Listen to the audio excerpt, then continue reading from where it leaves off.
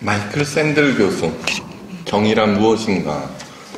라는 책을 썼죠. 1980년부터 30년간 하버드 대학에서 정치 철학을 가르쳤는데 그의 강의는 최고였습니다. 최고의 명강의로 꼽힙니다.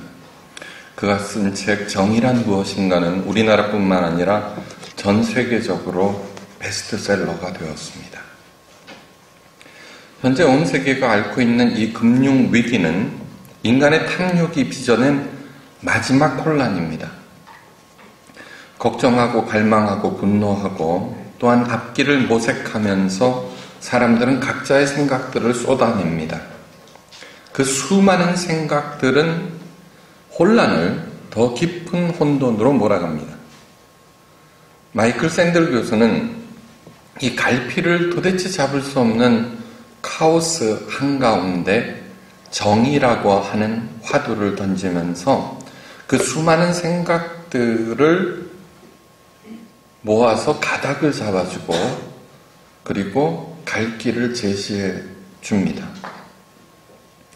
그 정의란 무엇인가에 관한 정의란 무엇인가 하는 그 책 중에서 케이시 마틴이라고 하는 장애인 프로골프 선수에 관한 얘기가 수록되어 있습니다. 케이시 마틴은 혈액계통의 그 질병을 앓고 있는데 걸으면은 심한 고통과 함께 출혈과 골절의 위험이 항상 따릅니다. 그런데 골프에는 천재입니다. 하여간 그래서 프로골프 선수가 됐는데 그런 그가 미국 PGA 경기 중에 골프 카트를 이용할 수 있게 해달라고 요청합니다.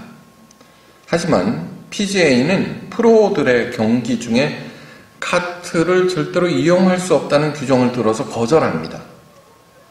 이에 마틴은 장애인법을 근거로 하여 소송을 제기하였습니다.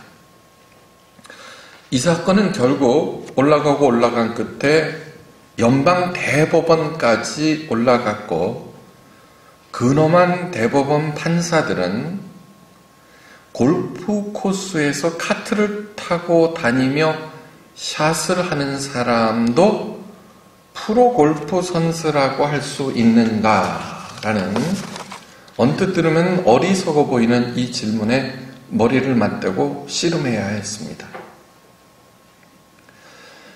이 질문에 답하기 위해서 골프계의 거물들과 함께 수많은 전문가들의 증언을 들어야 했습니다. 그 중에는 18개 홀을 걷는 데는 500칼로리밖에 소모가 되지 않으며 이는 맥도날드 햄버거 하나만으로도 충분하다는 한 생리학 교수의 증언도 있었습니다.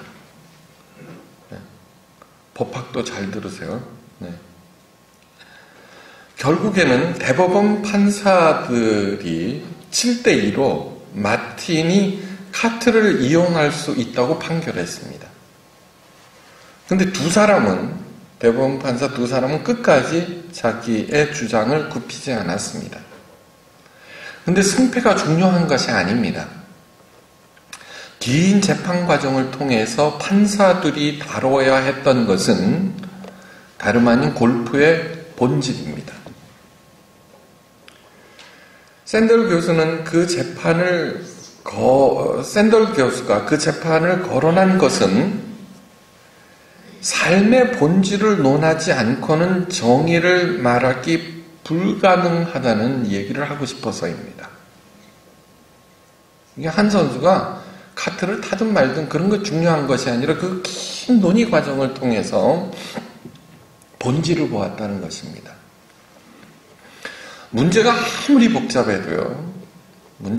복잡해도 본질을 찾으면은 그 해결책을 마련할 수 있습니다.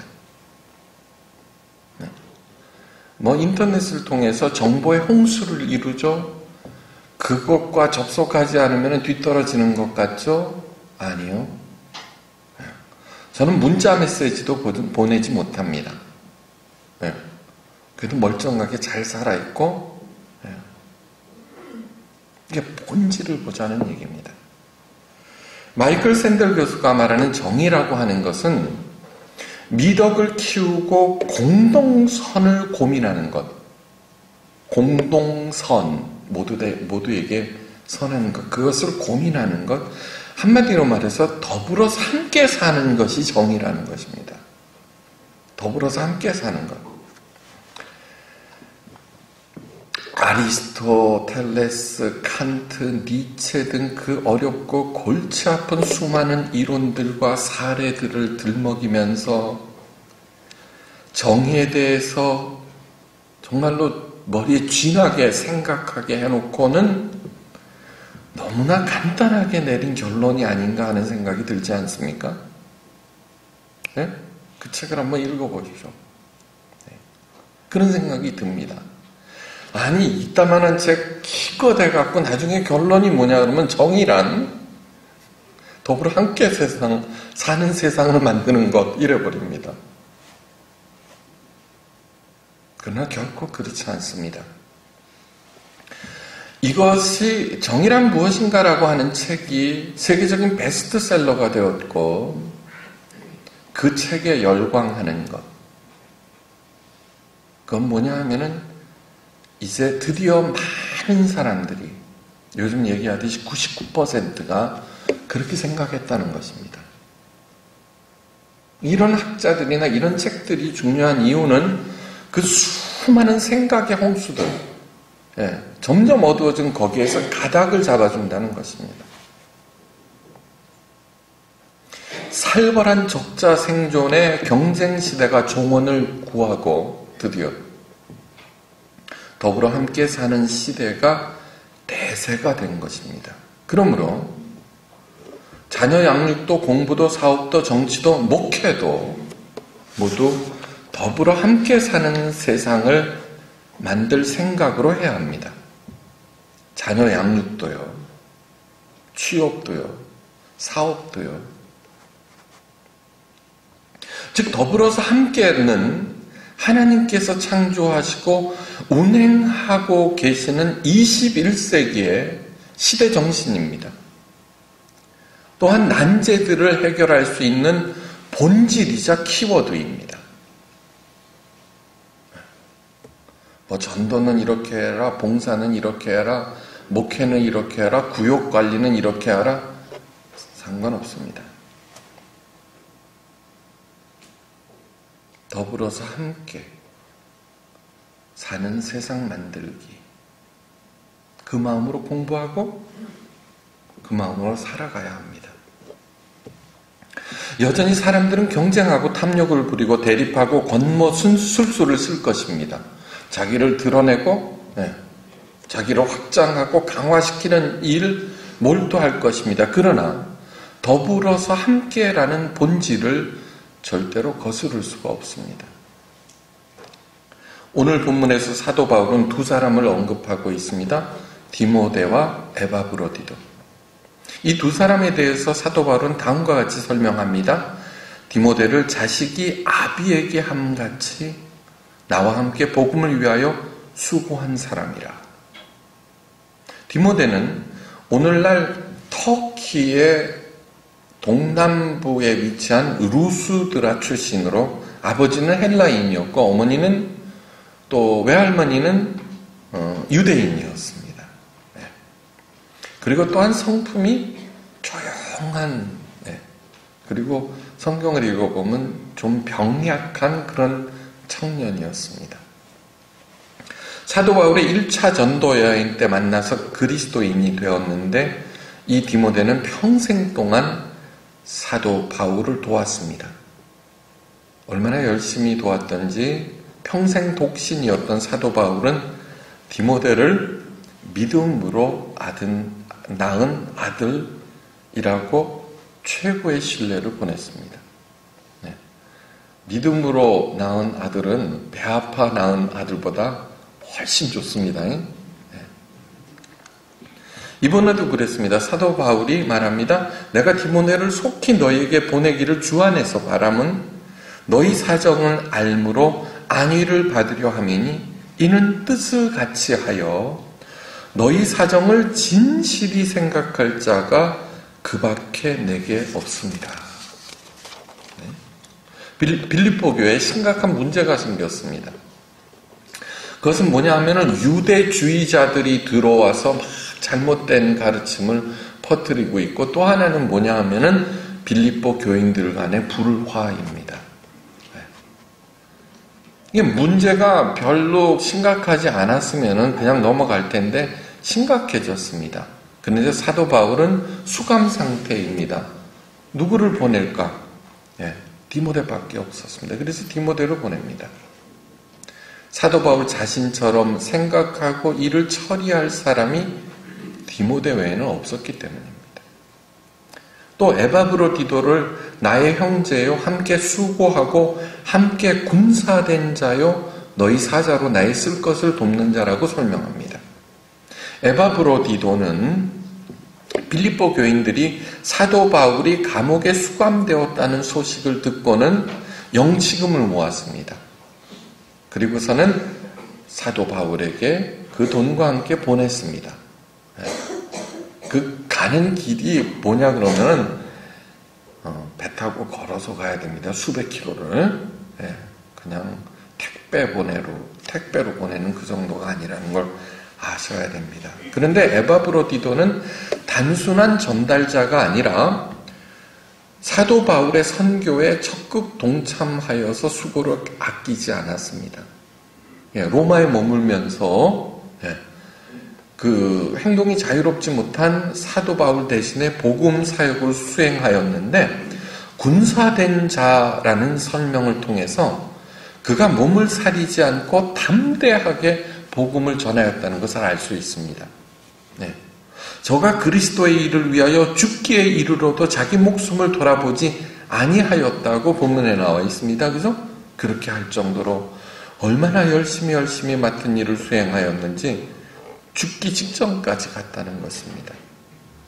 그 소식을 들은 빌립보 교인들이 큰 걱정을 하자 사도 바울 기도했고, 물론 하나님께서 살려주셨고, 그래서 다시 살아난 에바브로디도를 다시 빌립보로 돌려보낸다는 것입니다.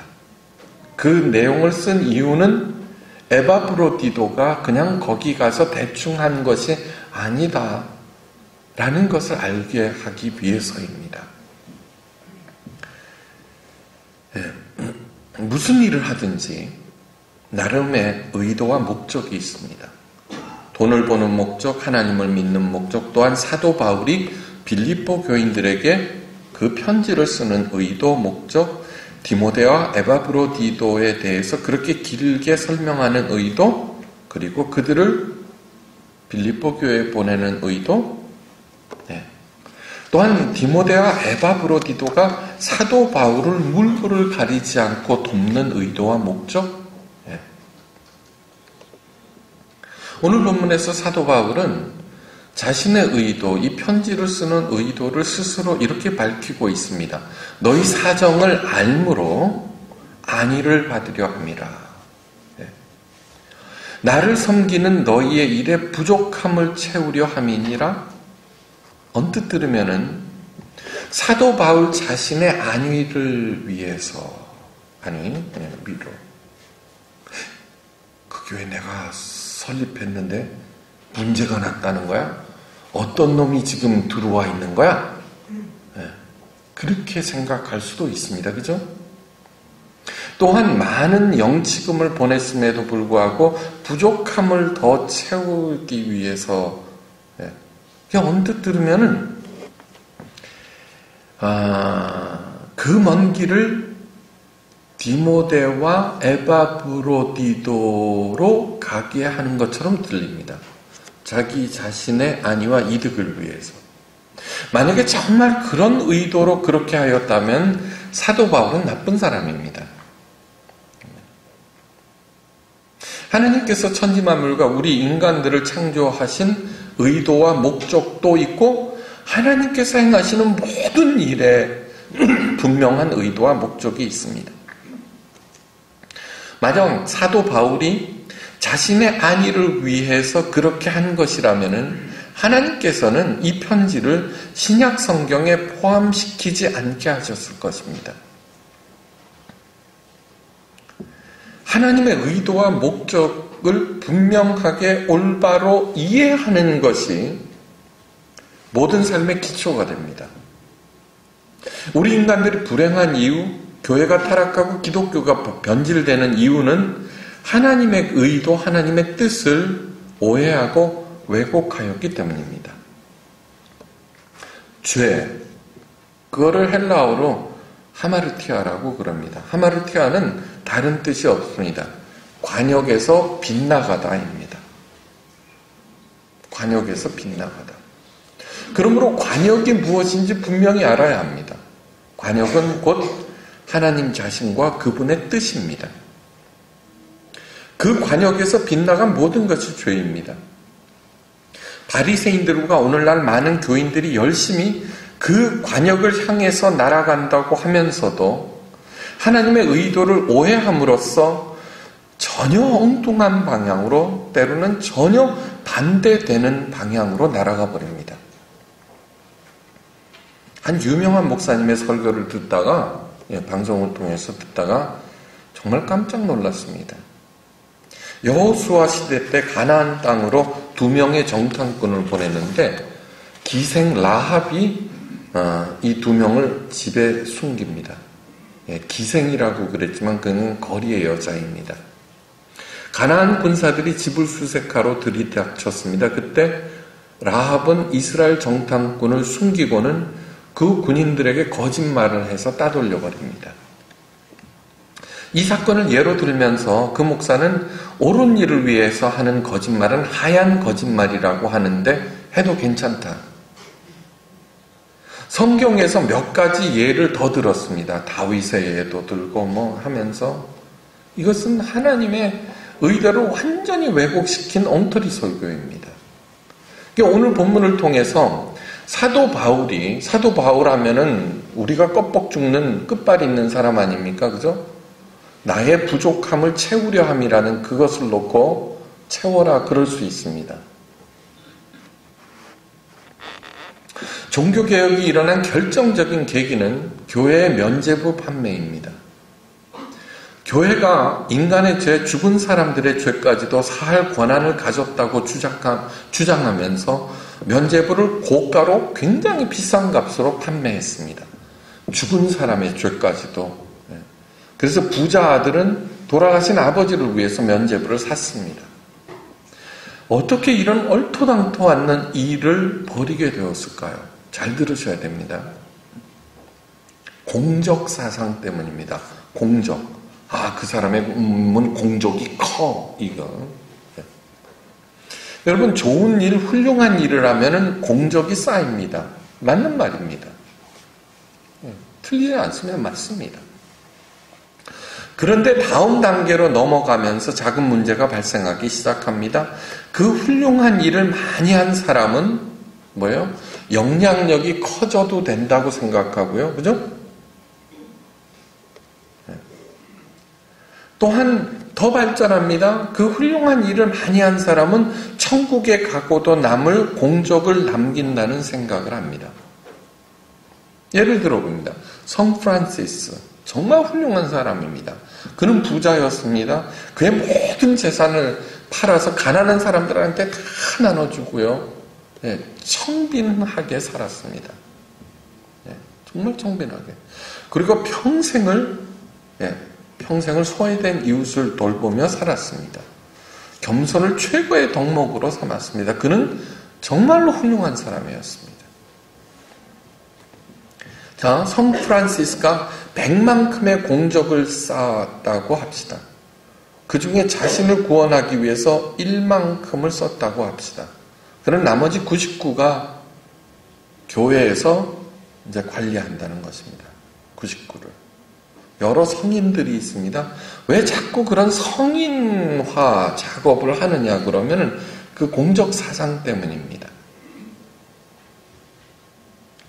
어떻게 교회가 관리할 권한을 갖게 되었는가? 베드로 위에 교회를 세우신다는 하나님의 말씀, 예수님의 말씀을 근거로 둡니다. 목사와 장로는 기름 부어 세웠다는 둥 별거 다 나오잖아요.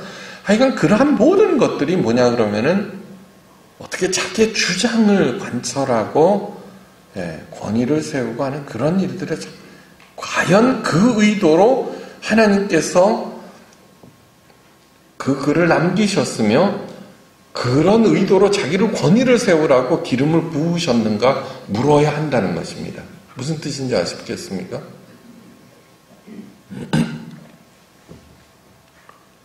그래서 교회는 성인들의 남긴 공적들을 모아서 면제부로 만들어서 팔았습니다. 그 돈으로 지금도 건재한 성 베드로 사원을 짓습니다. 엄청난 돈이 들어갔겠죠, 그죠? 물론 떨어진 콩고물들은 종교 지도자들이 나눠 가졌는데 콩고물이 너무 많았고 콩고물이 사실은 숨은 의도였다는 것 외에는 논리상 별 하자가 없었습니다. 이 일을 하는 데 있어서. 가톨릭을 비방하자는 거 결코 아닙니다. 저는 그럴 생각 없습니다. 하나님의 의도를 오해하고 왜곡하기 시작하면은 얼마나 큰 오류를 범하는지 보자는 것입니다. 제가 가끔 이런 기도를 합니다. 비본질이 본질을 삼켜버릴 때 그것은 큰 죄다. 그죠? 덜 중요한 것이 더 중요한 것을 삼켜버릴 때 그것이 왜곡이고 가장 큰 죄입니다. 종교개혁의 주요 모토 중에 하나는 오직 믿음인 이유가 여기에 있습니다. 공적사상을 부인하고 오직 믿음. 인간의 공적이 아무리 크다고 할지라도 결코 자신을 구원할 수 없으며 오직 하나님의 은혜로 오직 믿음을 통해서만 이루어집니다. 전적으로 옳은 말입니다. 인간에게는 스스로 구원할 능력이 전무합니다. 그런데 이번에는 오직 믿음만으로의 구원을 어떻게 만들어놨냐 그러면은 예수님을 구주로 시인하고 물세례와 성령 세례를 받으면은 구원받는다는 교리로 만들었습니다. 이 또한 맞는 얘기입니다. 하지만 문제는 하나님의 사랑과 하나님의 깊은 의도는 망각하고 이 교리를 기계적으로 시행했다는 데 있습니다. 방언, 성령 세례를 받아야 한다고 모아갖고는 방언 연습을 시킨다든가, 전도봉사원금을 막 강조하고 일천번제를 강조하고 또 다른 공적 사상으로 몰고 갔다는 그런 얘기입니다. 그 결과는 참담하기 이를 데 없습니다.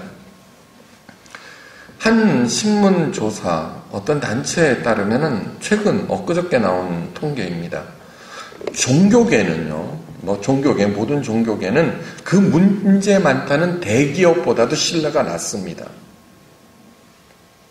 개신교는요, 가톨릭과 불교보다 훨씬 낮으며 그 신뢰도가 목사의 신뢰도는 신부나 스님보다 훨씬 낮습니다. 이 목사가. 더 기가 막힌 것은 종교 간의 갈등 원인을 제공하는 종교로 57%가 기독교를 지목했습니다. 57%. 그러면 불교는 한 40%쯤 될까요? 아니요. 12%. 그 면죄부를 팔아먹었던 가톨릭은요, 불과 2.8%밖에 안 됩니다. 한마디로 말해서 기독교와 목사는 시대의 망나니가 되었고 시대의 문제가 되었습니다. 왜요? 하나님의 의도와 그 본질, 그것을 망각하였기 때문입니다. 왜곡하고 오해하였기 때문입니다. 너무 여러 얘기를 했죠? 아니요. 다 이 얘기를 하고자 하는 것입니다. 마이클 샌드 교수처럼 이 얘기 저 얘기 모아서 이제 본질을 보자는 것입니다. 현상은 다양하나 원인은 간단합니다. 그것을 보자는 얘기입니다. 첫째, 하나님의 뜻과 의도대로 세상이 움직입니다. 아무리 반대해도, 아무리 저항해도, 아무리 교리를 들먹거리고 그래도 아니요. 하나님의 원래 뜻과 의도대로 움직입니다. 또한 하나님의 뜻과 의도는 언제나 사랑이고 창조입니다. 네. 하나님께서 때로는 심판하고 징계하시지만 그 또한 사랑하고 또한 재창조하기 위한 것입니다. 생명을 살리고 더욱 풍성케 하는 일. 그러므로 언제든지 그것을 생각해야 합니다. 우리도. 오리는 머리가 나빠갖고는요. 오리는 그 꼬마 오리가 잘못했다가 막 쫍니다. 그러다가 나중에 왜 쪼는지 모르고 죽여버립니다.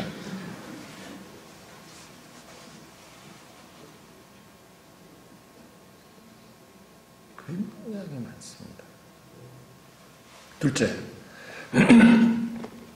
세상에 아무리 예측할 수 없이 흐른다고 해도 그 원인은 언제나 인간의 탐욕입니다. 네. 인간은 보잘것없어 보이지만 모두 다 하나님의 자녀들입니다. 그가 믿거나 말거나 하여간 하나님의 자녀들입니다. 그러므로 온 우주를 만드신 하나님의 자녀들이므로 작은 것 같으나 큰 영향을 미칩니다. 그러므로 내가 좋은 의도를 가지면 좋은 영향을 미치게 되어 있고 나쁜 의도를 가지면 나쁜 영향을 미칩니다. 사도 바울은 예수님과 복음을 전하는 일에 지금 현재 목숨을 걸고 있습니다. 왜요? 생명을 살리고 더욱 풍성케 하시는 예수님께서 죽을 일에 몰두하는 줄도 모르고 달려가고 있는 자기를 부르셨기 때문입니다. 그리고 깨우쳐 주셨기 때문입니다. 그리고 살아났기 때문입니다. 그래서 사도 바울도 예수님처럼 다른 사람들을 살리기 위해서 오직 살 길인 예수님과 복음을 다른 사람들에게 전하고 있는 중입니다. 감옥에 갇힌 것도 빌립보 교회에 유대주의자들이 들어와서 소란케하고 교인들 간에 불화가 생겼다는 소식을 듣고 디모데와 에바브로를 보내는 것도 자기의 영향력을 키우기 위한 것이 아닙니다. 네. 자기의 지위를 유지하기 위한 것이 아닙니다. 아닙니다. 오직 살 길은 하나님의 뜻을 바로 세워서 빌립보 교인들로 하여금 제대로 올바로 행복하게 살게 하기 위함입니다. 죽어도 좋습니다. 그렇게 할 수 있다면. 여러분 그렇지 않습니까? 자녀들이 제대로만 살 수 있다면 부모는 죽어도 좋다고 합니다. 디모데와 에바브로디도도 사도 바울과 같습니다. 생각이. 그러므로 믿음으로 낳은 아들이라고 그러는 것입니다. 사도 바울한테 잘 보여갖고 어떻게 하자는 그런 뜻이 아닙니다. 곧 예수님의 생각과 같다는 것입니다. 여러분 알량한 저한테도 잘 보여갖고 어떻게 해보겠다는 사람 이 포이아마 예수교회에도 꽤 있습니다. 그거 안 하기로 모인 우리들에게도.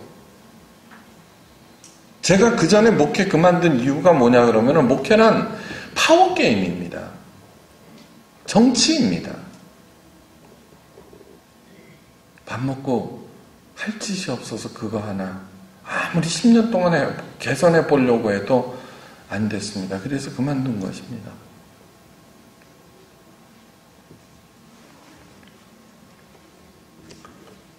디모데를 너희 사정을 진실이 생각할 자라고 소개하고 있습니다. 여기서 주목해야 되는 것은 진실입니다. 진실. 헬라어로 에일리 크리네이스라고 하는데 완전 무결한 태양빛으로 시험하다입니다. 시험하다. 이 혼란스럽고 혼탁한 세상에서 어떻게 살아야 하나? 어떻게 이겨내야 하나? 이 엄청난 악들을. 경쟁력, 외모, 재산과 배경, 학벌, 정직과 성실, 통찰력, 재능, 의지력, 용기 등등. 그런데 그 모든 것들을 능가하는 것이 바로 진실입니다. 진실은 가장 기초이면서도 진실은 최후의 병기입니다. 활이 아니라. 여러분, 반지의 제왕이라는 영화 보셨죠? 그죠? 그 호빗이라고 하는 소인이, 꼬마들이 수많은 갈등과 번민을 극복하고 어려움을 극복하고 끝내는 자기에게 맡긴 사명, 그 반지를 버립니다. 진실했다는 것입니다. 그 사명에. 그러자 어떻게 됩니까? 그 엄청난 악의 세력들이 일순간 사라지는 것을 보셨을 것입니다. 톨킨은 그 얘기를 하고 싶어 하는 것입니다. 진실은 최고의 병기다. 언제나 예수님의 완전 무결한 빛 아래서 여러분 그 빛을 주심 자체가 은혜입니다. 그 빛을 주심 자체가. 그래서 나를 들여다 볼 수 있는 빛이 있다는 것. 여러분 공적 사상만 하더라도요. 왜요? 남들을 위해서 훌륭한 일을 한 게 뭐 나빠요? 최고죠, 그죠? 그런데 거기에 예수님의 빛이 들어올 때만, 왜? 공적 사상으로 세상이 지금 계속 움직이고 있지 않습니까? 그죠? 일어나는 모든 폐해들. 여러분, 무지랭이들은 문제를 안 일으킵니다. 공적을 쌓은 사람들에 의해서 일어납니다. 그러므로 나는 왜 이것을 원하며 어떤 의도로 이 일을 행하는가 스스로에게 물어야 하고 스스로가 답을 하셔야 됩니다. 하셔야 됩니다. 이득을 얻기 위해서, 유명해지기 위해서, 영향력을 확장하기 위해서, 행복하기 위해서, 인정과 보장을 받기 위해서, 보상을 바라면서 마음의 평화를 얻기 위해서, 좀 더 편하기 위해서, 하나님의 복을 받기 위해서. 여러분, 이것은 절대로 나쁜 의도가 아닙니다. 그죠? 여러 가지 의도로 열심히 살아갑니다. 그 어떤 의도와 목적도 예수님의 그 완전 무결한 빛 아래서 밝히 드러나며 검은 그림자가 나타나며 그 그림자는 내 자신과 다른 사람들을 시들고 병들게 만들어버립니다.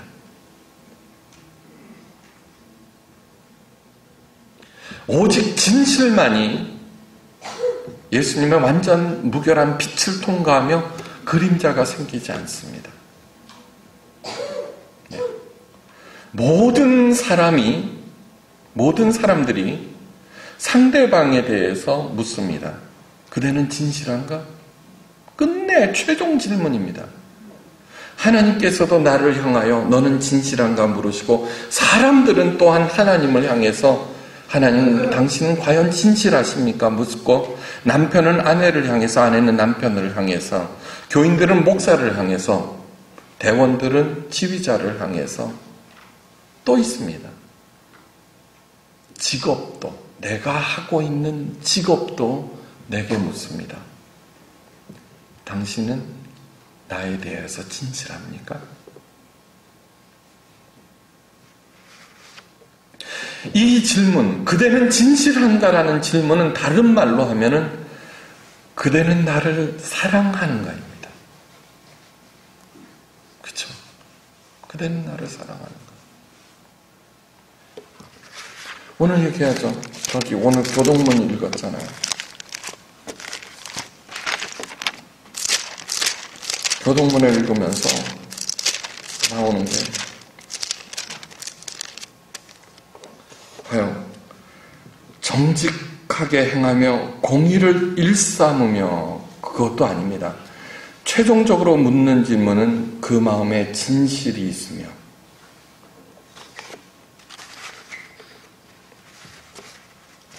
하나님을 진짜로 사랑하고 다른 사람들을 진짜로 사랑할 때만이 비로소 진실할 수 있고, 진실할 때만이 나는 살아나고 다른 사람들도 살려냅니다.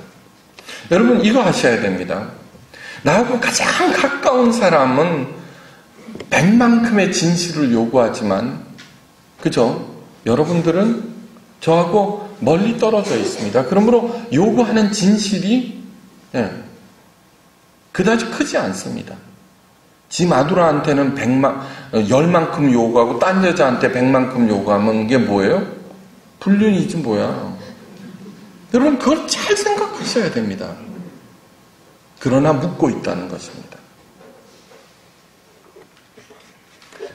제자들이 마을로 나가서 음식을 마련하여 예수님께 드리자 예수님께서 다음과 같이 말씀하십니다. 내게는 너희가 알지 못하는 먹을 양식이 있느니라. 의아해하는 제자들에게 다음과 같이 말씀하셨습니다.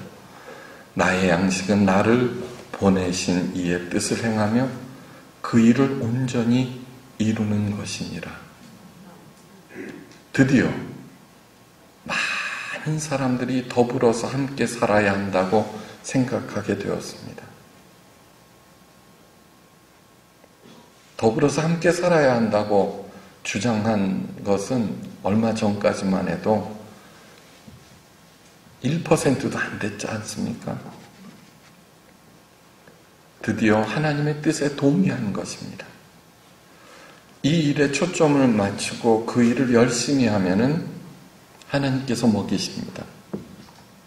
그것도 베풀고도 넘칠 만큼 너무나 충분히 기도하십니다. 이제 드디어 하나님의 뜻에 수많은 사람들이 동의했습니다. 더불어서 함께 살아가는데 포커스를 맞추며 아이들을 키우고 직업에 종사하며 맡긴 일을 하겠습니다. 앞으로 어떻게 될까 걱정하지 않겠습니다. 하나님께서 먹이심을 믿습니다. 우리의 믿음대로 되게 하옵소서. 감사드리며 모든 말씀 우리 주 예수 그리스도의 크신 이름으로 간절히 기도하옵나이다.